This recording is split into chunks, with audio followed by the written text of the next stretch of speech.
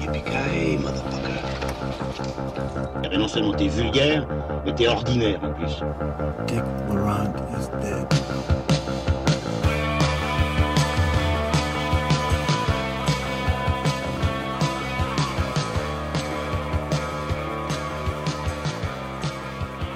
Bonjour à toutes et à tous, chers auditeurs et auditrices, et bienvenue dans Transmission numéro 16, le troisième de l'année.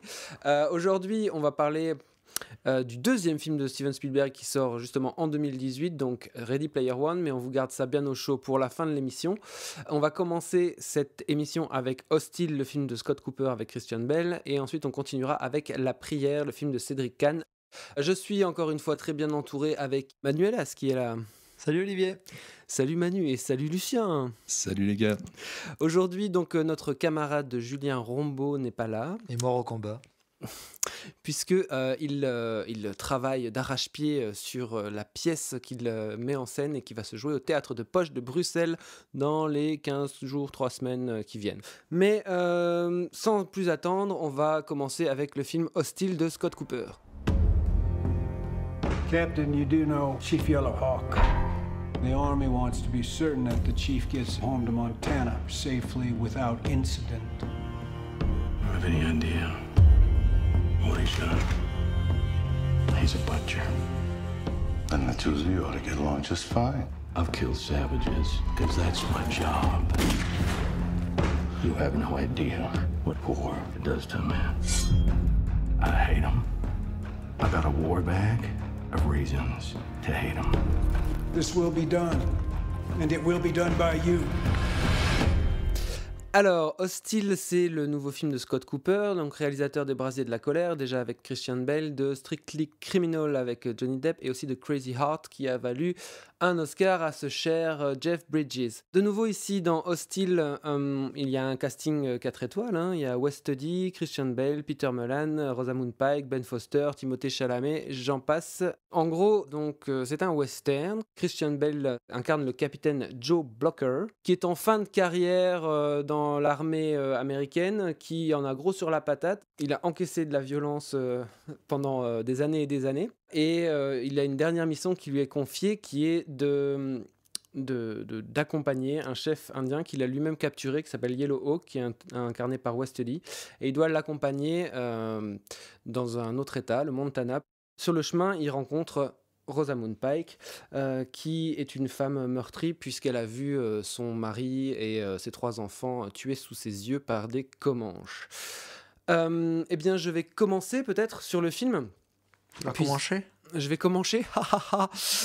Alors, donc je l'ai vu ce matin. C'est de la belle ouvrage, comme on dit. C'est bien fait, la lumière est canon. Les acteurs sont, à quelques exceptions près, tous très bien. Il y a un côté où on essaye de faire du grand cinéma. On sent que Scott Cooper investit un film vraiment très, très solennel, avec un grand esprit de sérieux. Il essaye de faire un grand film traversé, obsédé par la mort, comme s'il voulait faire lui-même tout le mea culpa du continent américain. C'est un film qui est traversé par la violence, un film qui est traversé par la mort. Les personnages sont vraiment hantés par des années et des années de violence qu'ils ont vues, qu'ils ont pratiquées. Donc c'est un film qu'on va dire qui est assez lourd, en tout cas au niveau thématique. Je dirais que c'est aussi un film qui est assez lourd au niveau rythmique. On a tendance à s'ennuyer un peu, c'est un film qui roule et qui n'a pas beaucoup de tension dramatique en fait. C'est un film qui manque de tension dramatique, je trouve. Je fais une petite parenthèse, il est presque un peu déceptif sur ce point-là, je trouve, parce que la première demi-heure, moi, elle m'a accroché à mon siège. Il y a un truc, une violence à la fois crue et lyrique, et un truc qui m'a vraiment pris, et justement, je la trouve assez rythmée. Moi, je trouve déjà que les scènes ont tendance à s'apesantir un petit peu. C'est après que ça devient compliqué, avec les échanges un peu lourds, surexplicatifs et sans fin, surtout. Il y a des belles idées de mise en scène parfois, je pense notamment à l'évasion du personnage de Ben Foster qui était traité dans un plan séquence à contre-jour comme ça, qui est comme un assez beau moment. Par contre, il y a beaucoup de dialogues, c'est un film qui explicite beaucoup ses propres thèmes, qui insiste beaucoup sur ses propres thèmes. Ça m'a fait penser parfois José Wells, parce qu'il y a ce côté donc ça commence de la même manière, même si José Wells c'est un film qui est beaucoup plus léger, avec traversé de moments d'humour, etc. Beaucoup plus romanesque et moins alourdi par sa thématique par instant. Ouais, c'est vrai. Ce qui m'a fait penser à José Wells, c'est le même début avec Rosamund Pike, et puis aussi la fin avec le fait de reconstituer une famille, et le côté un peu picaresque du récit, alors que le récit ne s'engage pas sur cette voie picaresque, et on essaye de nous faire monter une tension entre Wes Studi et Christian Bale, qui je trouve est finalement un peu sous-traité. Par contre, là où je trouve que le film fonctionne, c'est dans la romance. En fait, il y a un lien qui va se tisser entre Rosamund Pike et Christian Bale que je trouve assez beau. Christian Bale, bon, c'est pas le plus fin, le plus subtil des acteurs, mais on sent quand même qu'il en a gros sur la patate. On sent tout son... Ouais, il est pas subtil, mais qu'est-ce qu'il est intense par contre. Ouais, voilà, il est assez intense, et je trouve que quand il y a un rapprochement qui se fait avec Rosamund Pike, et qu'il y a enfin un petit peu de tendresse qui s'immisce dans ce film, qui est quand même très dur, très violent, c'est assez beau. Malheureusement, il gâche ça avec une scène juste après, où de nouveau les personnages alourdissent en disant les choses. C'est un peu dommage. Mais après tout ce qu'on peut lui reprocher, je trouve que c'est quand même un film assez recommandable. C'est vrai que je pense que le film aurait été à la limite plus intéressant si on avait coupé toutes les scènes d'échange, parce que j'ai l'impression qu'il y a une séquence, quelle qu'elle soit, et à chaque fois elle est suivie par un échange, par une discussion très longue, j'ai l'impression, qui surexplique tout ce qu'on avait déjà plus ou moins compris. Oui, après, de toute façon, les précédents films de Cooper étaient aussi assez verbeux. Mais ça reste malgré tout de la belle ouvrage, contrairement à une grosse partie de la production de cinéma américain. Donc tu peux voir le verre à moitié vide ou à moitié plein sur cet aspect-là. Moi, je pense que le gros point positif du film, c'est son actrice, Rosamund Pike. Je trouve que c'est elle qui a un arc narratif beaucoup plus romanesque, qui est beaucoup moins figé dans un aspect thématique que semble porter chaque personnage. Et je la trouve beaucoup plus juste qu'une bonne partie du cast, parce que Bale, moi, je trouve qu'à des moments, il y a des soucis qui tiennent, à mon avis, pas que seulement à lui, mais à l'écriture de son personnage. Il porte tellement de choses sur ses épaules. Il y a des moments de crispation sur son visage, où moi, je vois complètement un truc artificiel et mécanique. Je vois de la technique d'acteur, et je trouve que quand il est dans quelque chose de plus off, plus posé, dans des échanges beaucoup plus sereins, il dégage bien plus de choses. Le problème, c'est qu'il fait passer beaucoup de ces choses-là par les dialogues. Il y a par exemple un des personnages qui accompagne le convoi qui est blessé et qui va être laissé à l'hôpital, et il fait une scène d'adieu alors que rien n'a été construit auparavant entre ces personnages-là. Et tout d'un coup, dans la scène d'adieu, il veut te raconter comment ils se sont rencontrés, qu'est-ce qui s'est passé, tout ce qui les lie. Et donc tu te retrouves avec Belle qui fait le yo-yo entre 1000 émotions, et je trouve que ça devient très technique. Là où Pike, je suis toujours en accord avec l'émotion qu'elle porte, je la trouve hyper juste de bout en bout. C'est sûr que voilà, on revient là-dessus, le film est loin d'être léger, mais parmi les scènes qui m'ont le plus plu dans le film, ce sont en général les scènes les plus intenses qui sont too much, ça déborde de partout. Tout le poids que porte Bale sur les épaules, c'est vrai qu'il en fait des caisses, mais en même temps, je trouve ça assez intense, ça marche assez bien sur moi. La scène d'enterrement, pareil, elle dégouline vraiment, mais qu'est-ce qu'elle est intense. Oui, mais elle est intense parce que là, il réagit par rapport à une situation, par rapport à une émotion. Alors que les moments où il est censé exprimer tout ce qu'il a vécu, etc., et tu sens qu'il se retient, qu'il contracte tous ses muscles. On peut pas dire que c'est cabotiné, mais je vois la technique parce que, en fait, on lui demande de porter une thématique sur son dos et pas des émotions, à mon sens, à ce moment-là. Et après, je trouve aussi parmi les aspects positifs, parce que bon, ça reste un film quand même très recommandable malgré tout, c'est son traitement de la violence. Je trouve qu'il est frontal et il diverge pas dessus. La séquence de début avec la famille de Rosamund Pike qui est complètement décimée, dont un nouveau-né, c'est de la violence hyper sèche. Alors, ce qui est amusant, c'est que c'est les deux gamines qui se font plomber, c'est les filles du cinéaste. Donc je sais pas quelle mise en perspective, en tout cas tu sens peut-être que c'est l'attachement au personnage de Pike, il le cheville dès le début de son film en mettant ses enfants en scène. Ce qui est aussi intéressant, c'est de voir que il y a des motifs qui se répètent de film en film, puisque la fin où Bale tue un de ses adversaires à la fin dans un champ, et texto la fin des Brasiers de la colère, avec la même scène où il abattait quelqu'un de dos dans un champ. La manière dont il tue la personne aussi à ce moment-là, c'est un payoff d'un truc qui a été dit. Tout à fait, mais je veux dire, l'imagerie, il reproduit exactement avec le même acteur une séquence marquante des Brasiers de la colère. Il y a une volonté de construire une œuvre chez Cooper, d'une manière d'appréhender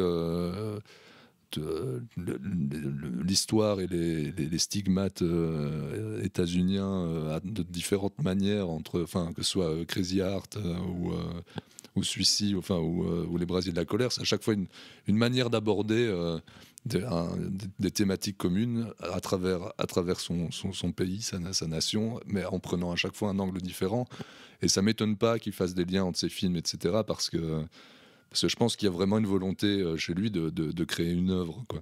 En tout cas, ça reste un film recommandable. Je pense son meilleur au final, mais tout imparfait qu'il soit, je pense que c'est son film qui est le plus intéressant. Le fait de tourner en paysage naturel joue aussi quand même, fonctionne très bien dans le film.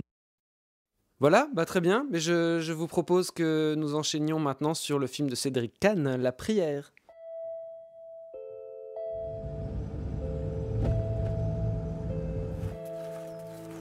Tu sais comment marche la maison?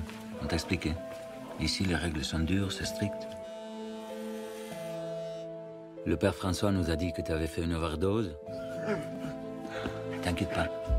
Personne ne te juge ici. On a tous connu les mêmes choses. Il n'y aura rien pour t'aider. Pas de médicaments, pas d'alcool, pas de cigarettes. Pas de filles non plus. Elles vivent ailleurs, dans une autre maison. Toute ton énergie doit être consacrée à la prière et au travail. Tu ne seras jamais seul. Il y aura un garçon avec toi. On l'appelle l'ange gardien. Tu peux te confier à lui. Je sais que c'est difficile pour toi. Arrête de me faire chier avec tes phrases! Arrête de me faire chier! Qu'est-ce que tu vas faire? C'est quoi là chez moi? La Prière, donc c'est le nouveau film de Cédric Kahn, après notamment Vie sauvage ou plus loin dans le temps Roberto Succo. C'est un film avec Anthony Bajon, le jeune acteur qui a reçu le prix du meilleur acteur au dernier festival de Berlin. Il y a aussi Louise Grimbert, Damien Chapelle et aussi une apparition de Anna Schygulla, l'actrice de Fassbinder. Donc ça raconte quoi? C'est l'histoire de Thomas, qui est un jeune, il a la vingtaine, toxicomane, qui est emmené dans une espèce de communauté qui est tenue par des catholiques, qui sont tous des repentis, que ce soit de l'alcool, de la drogue, et qui ont tous trouvé refuge dans ce coin isolé, en haut d'une montagne, dans un coin reculé près de Grenoble, je crois. Donc au début ça se passe pas très bien pour Thomas, et puis finalement de fil en aiguille il va se laisser gagner par la foi et aussi par d'autres sentiments. Lucien, qu'as-tu pensé de ce film?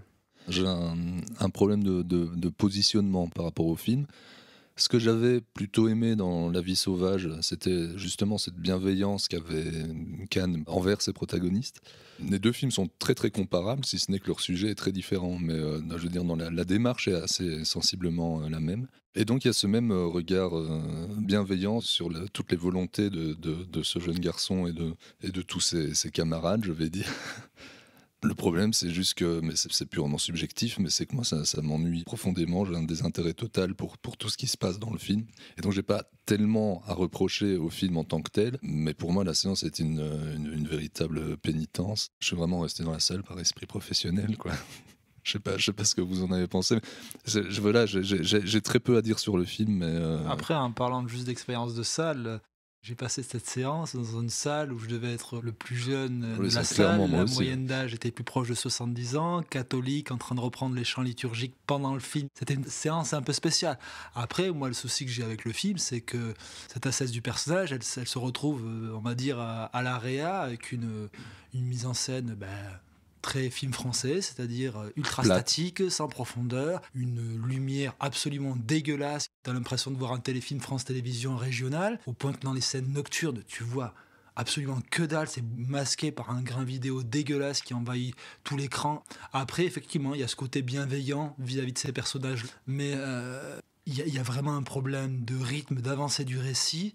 Il ne sait absolument rien faire de son décor qui est majestueux, il sait pas le filmer. Et Tu as une volonté d'être dans un semi-schéma documentaire, donc tu te retrouves avec des gens qui vont faire des récits de vie pendant 5-6 minutes, et le personnage joué par Bajon disparaît comme un moment de l'estrade, alors qu'en plus il y a quand même un enjeu dramatique chez lui du fait de la non-présence d'un personnage qui ne l'accompagne pas pendant cette journée-là, et alors que tous ces gens-là sont en train de parler, quand tu vois l'assistance, il est absent de l'image, ou alors s'il est dedans, tu ne le vois pas, parce que de toute façon, Cédric Kahn est incapable de diriger ton regard. Il y a une scène, sans trop spoiler, qui se passe au sommet des montagnes où une tempête se lève. On est face à un matériel qui va permettre au film de décoller un peu, de prendre de l'ampleur, et non. C'est l'encéphalogramme plat, cette séquence-là qui devrait être cette séquence un petit peu d'expérience ultime du personnage, elle est filmée comme un encéphalogramme plat et tu sais pas ce que tu dois y voir dedans. C'est ça, il regarde avec bienveillance mais de loin tout le temps, et toutes ces scènes de catholiques anonymes filmées quasi en plan fixe sur des personnages, seuls dans le plan, qui racontent leur histoire, c'est juste pas possible. Bon, on va laisser parler notre enfant de cœur. Hein.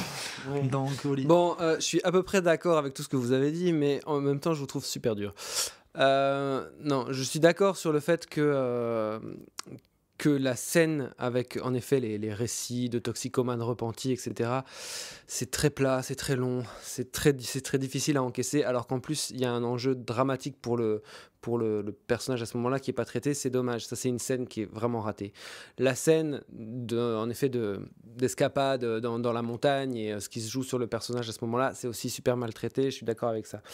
Après, je trouve quand même... Enfin, moi, le film m'a pas du tout déplu. Il m'a un peu ennuyé. Je l'ai trouvé un peu long. Je l'ai pas trouvé moche. À part, c'est vrai, les scènes de nuit. Là-dessus, t'as raison, Manu. Mais je trouve que visuellement, justement, par exemple, la scène où ils creusent un trou pour leur boucher. Là, par exemple, je trouve que le décor était investi. Je trouvais la scène assez belle. C'est le seul moment qui est un peu drôle.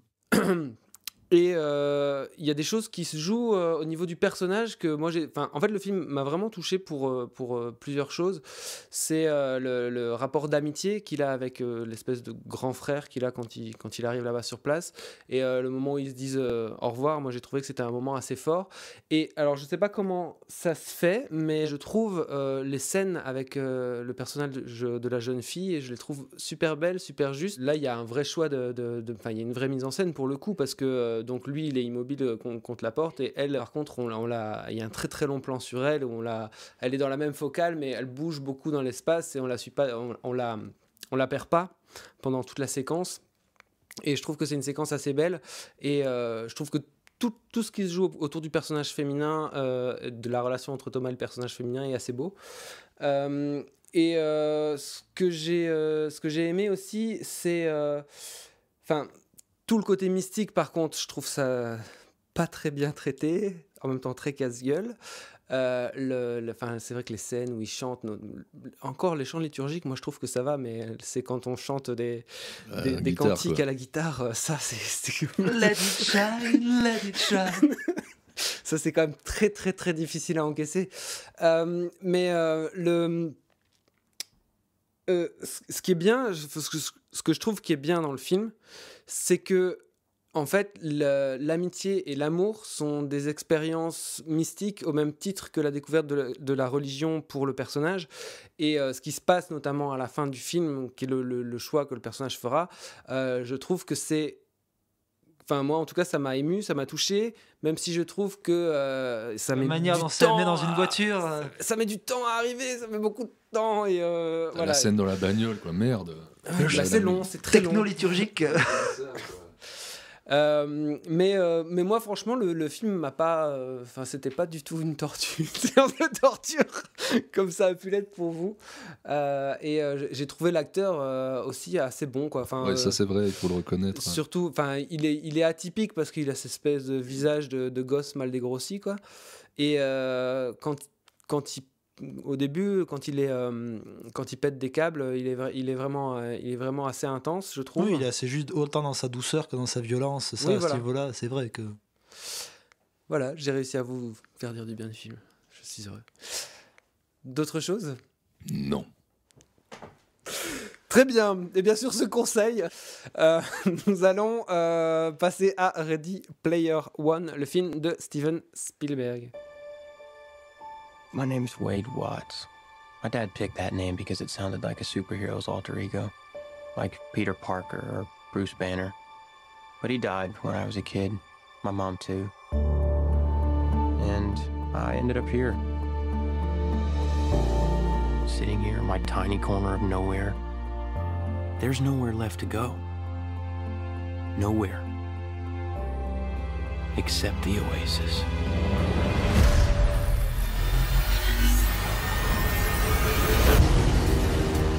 A whole virtual universe.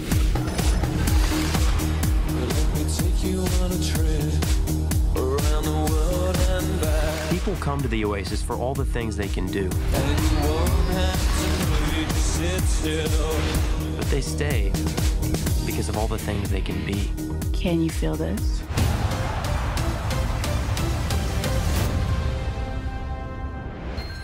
Eh bien, on arrive maintenant au gros morceau de la soirée, donc le Ready Player One, le nouveau film de Steven Spielberg, 2 mois après son précédent The Post.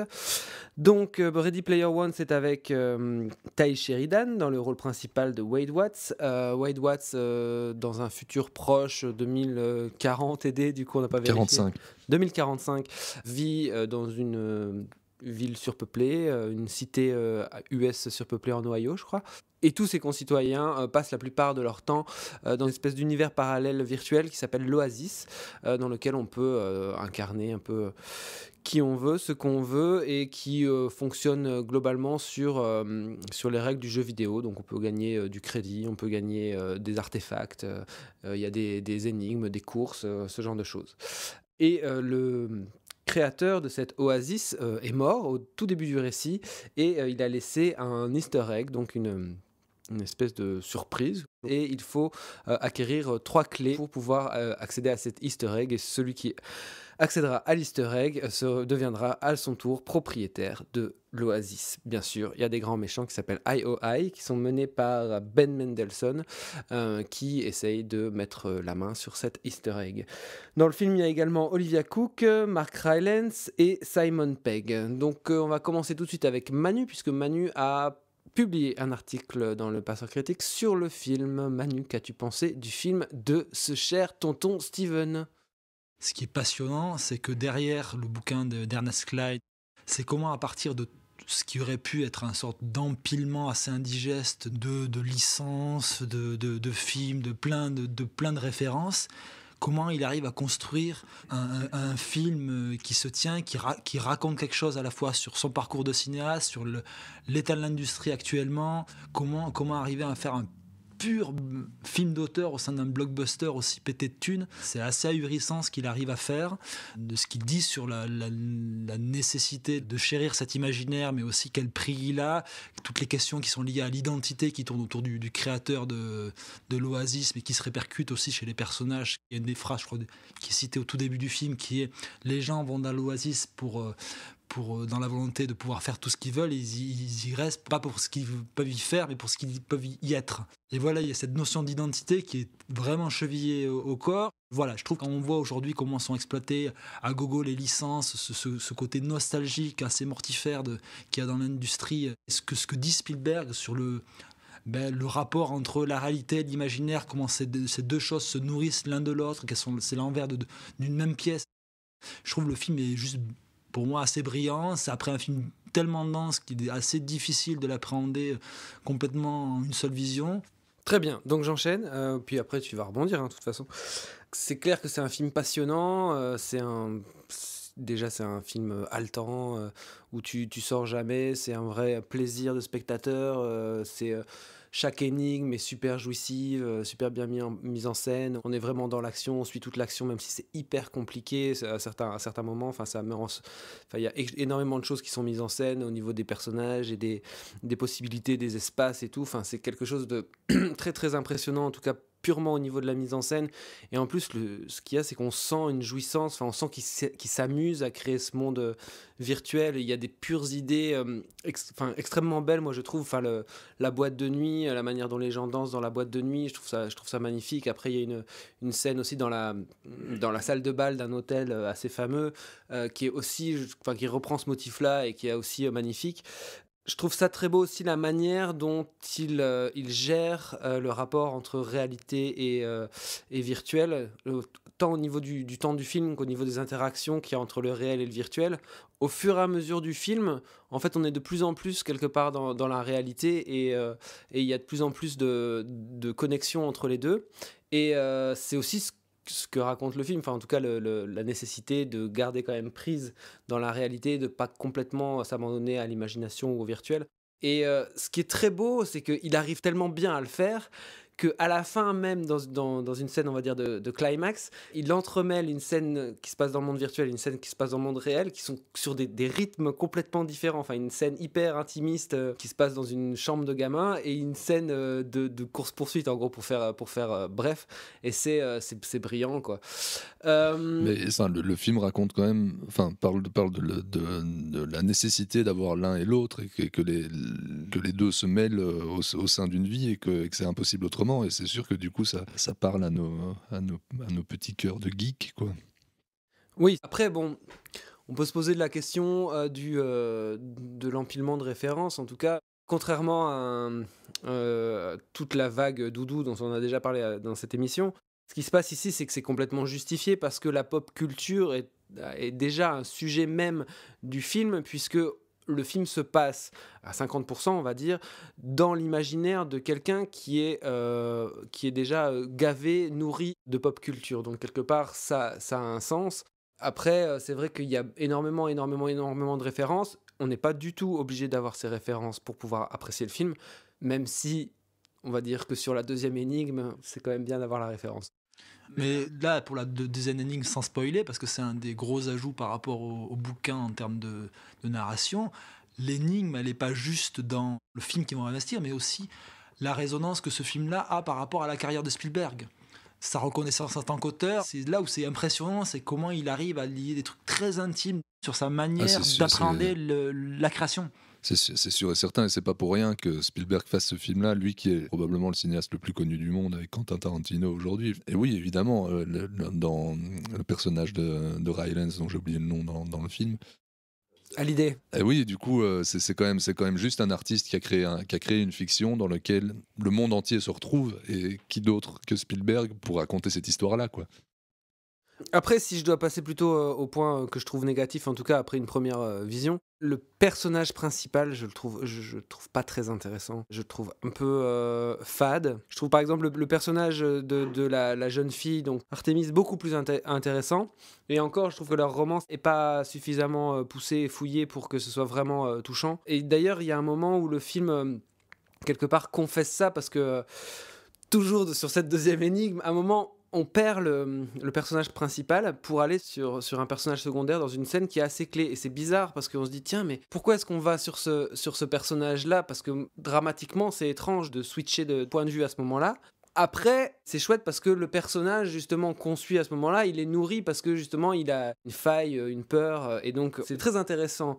Mais quelque part, ça dit quelque chose. Ça dit que notre héros, finalement, moi, je trouve qu'il est un peu pas très intéressant, au final. C'est l'archétype du loser qui va grandir et qui va faire quelque chose de grand, comme on l'a dans énormément de films. C'est pas un loser. C'est pas un loser, mais bon, c'est pas un mec qui a une vie très, très rock'n'roll non, c'est clair. En tant que tel, justement. C'est pour ça qu'il se rend dans l'Oasis aussi. Qui a un flippé pas possible, et c'est ça aussi qui le différencie d'Artemis, qui est plutôt badass comme personnage, et c'est pour ça que le personnage d'Artemis est plus funky, on est plus intéressé par celui-là.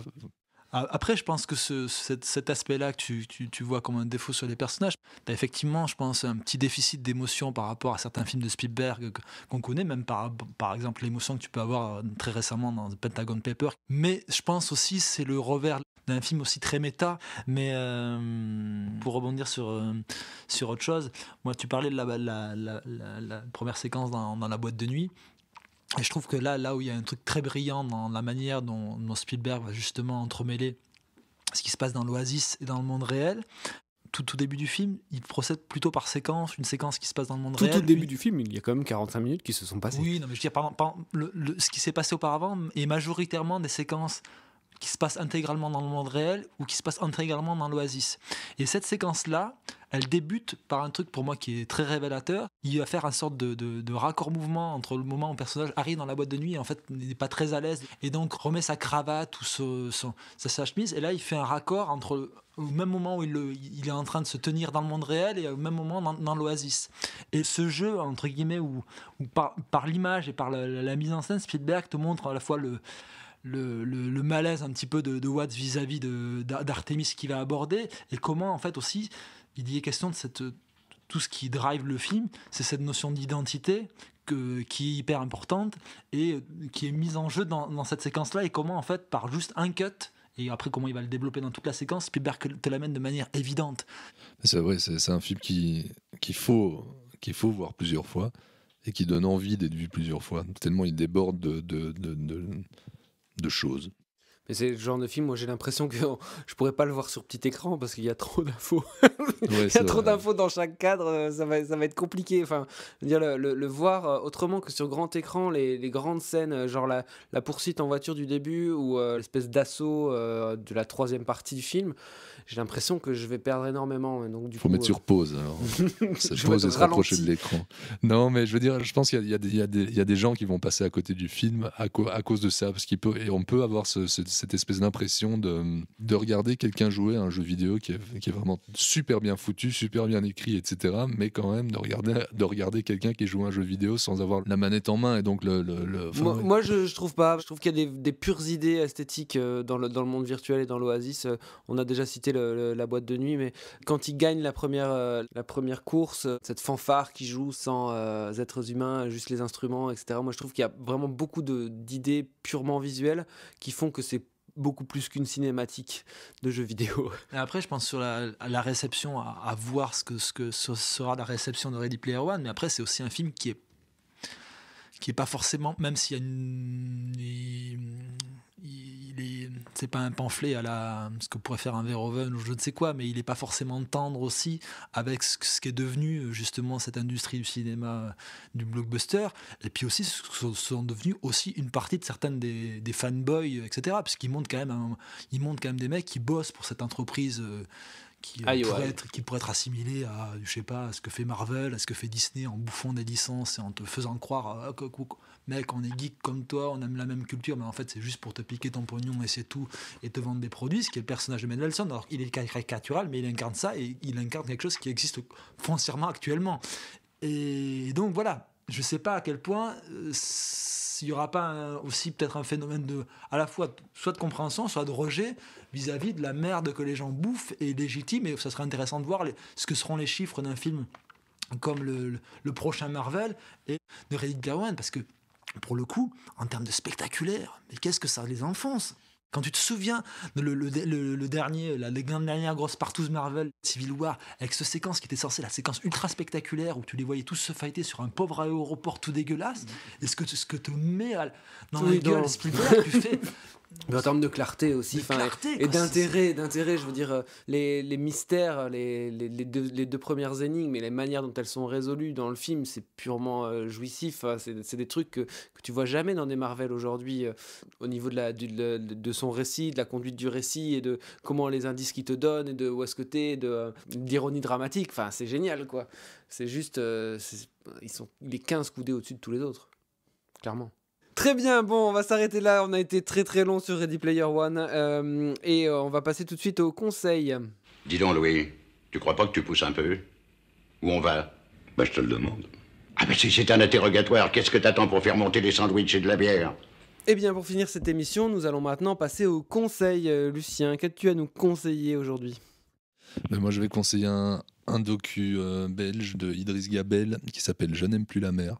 Un documentaire belge sur la crise des migrants en Belgique, mais à travers un centre de réfugiés. Mais le film est uniquement vu à travers les yeux des enfants.